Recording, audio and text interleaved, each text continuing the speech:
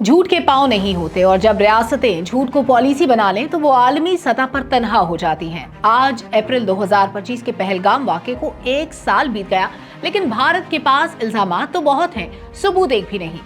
आखिर उस दिन पहलगाम में हुआ क्या था? क्या ये वाकई दहशतगर्दी थी या भारत का अपना तैयार करदा फॉल्स फ्लैग ऑपरेशन? हकाइक की रोशनी में जानने की कोशिश करते हैं।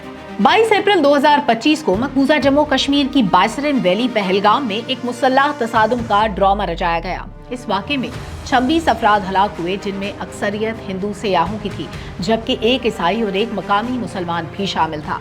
हमलावरों ने AK-47 और M4 का इस्तेमाल किया।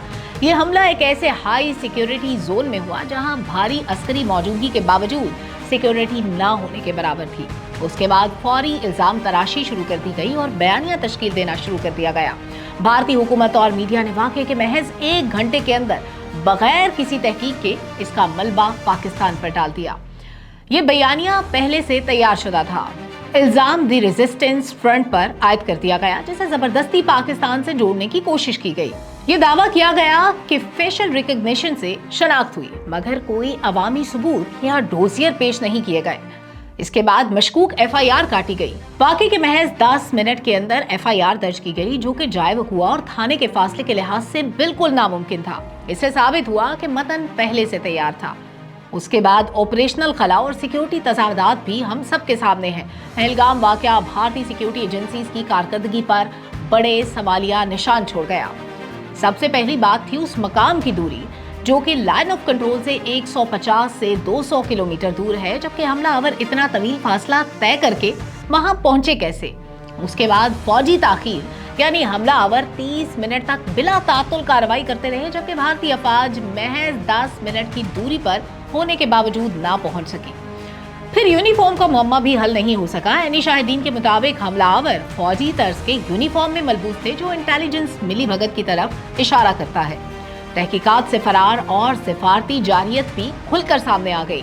जब पाकिस्तान के वज़ीर आज़म शहबाज शरीफ ने इस वाक़े की आज़ादाना और बैनुल अक़वामी तहकीकात की पेशकश की, तो भारत ने इससे साफ इनकार कर दिया। ये इनकार इसकी मुजरिमाना ज़हनियत का सबसे बड़ा सबूत है। इसके बजाय भारत ने इश्तियाल अंगेज़ी का रास्ता अपनाया। जब पहलगाम वाक़े का कोई कानूनी सबूत ना मिला, तो भारत ने अपनी नाकामी छुपाने के लिए पाकिस्तान पर कसीरुल जहदी दबाव डालने की कोशिश की। भारत ने पाकिस्तान के हिस्से के दरियाओं का रुख मोड़ने और डैमों के जरिए पानी रोकने का बयानिया तैयार किया, जिसे पाकिस्तान ने आलमी सतह पर एक्ट ऑफ वॉर करार दिया। इसका मकसद था कि आबी जारहियत के जरिए पाकिस्तान की ज़राअत और मईशत को मफलूज कर दिया जाए, जो कि बैनुल-अक़वामी क़वानीन की खुल्लम खुल्ला खिलाफ वर्जी है। भारत ने माशी महाज पर हमला करते हुए लाइन ऑफ कंट्रोल और बैनुल-अक़वामी सरहद पर होने वाली तिजारत को भी मुअत्तल कर दिया।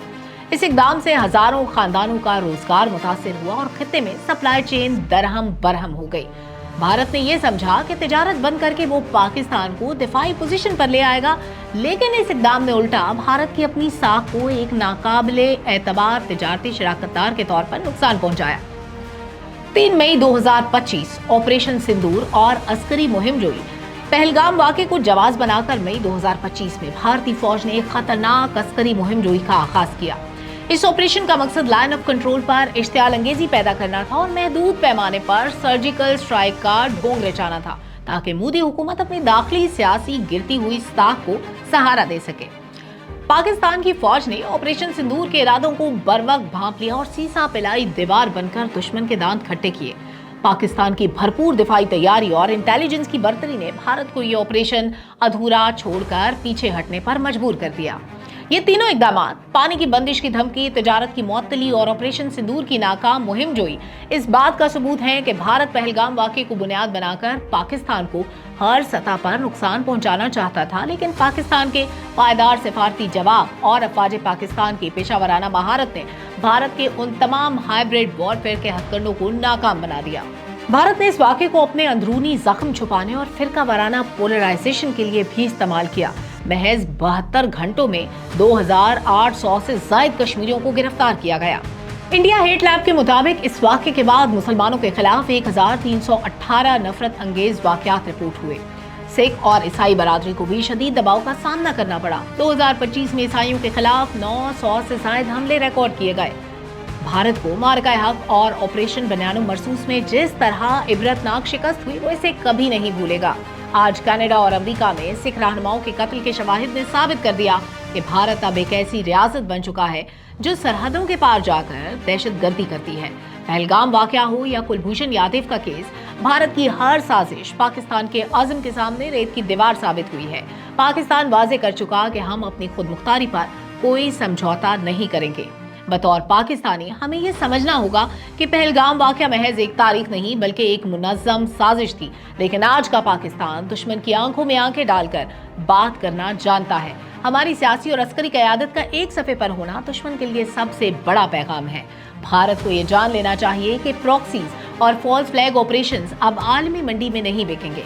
पाकिस्तानी कौम मुत्तहिद है, हमारी अफवाज तैयार है और हमारा अज़्म पुख्ता है। पाकिस्तान सिर्फ एक जोग्राफिये का नहीं बल्कि एक नाकाबिले तस्लीम नजरिए का नाम है, जिसकी हिफाजत के लिए हम सब एक सीसा पिलाई दीवार हैं। पाकिस्तान जिंदाबाद।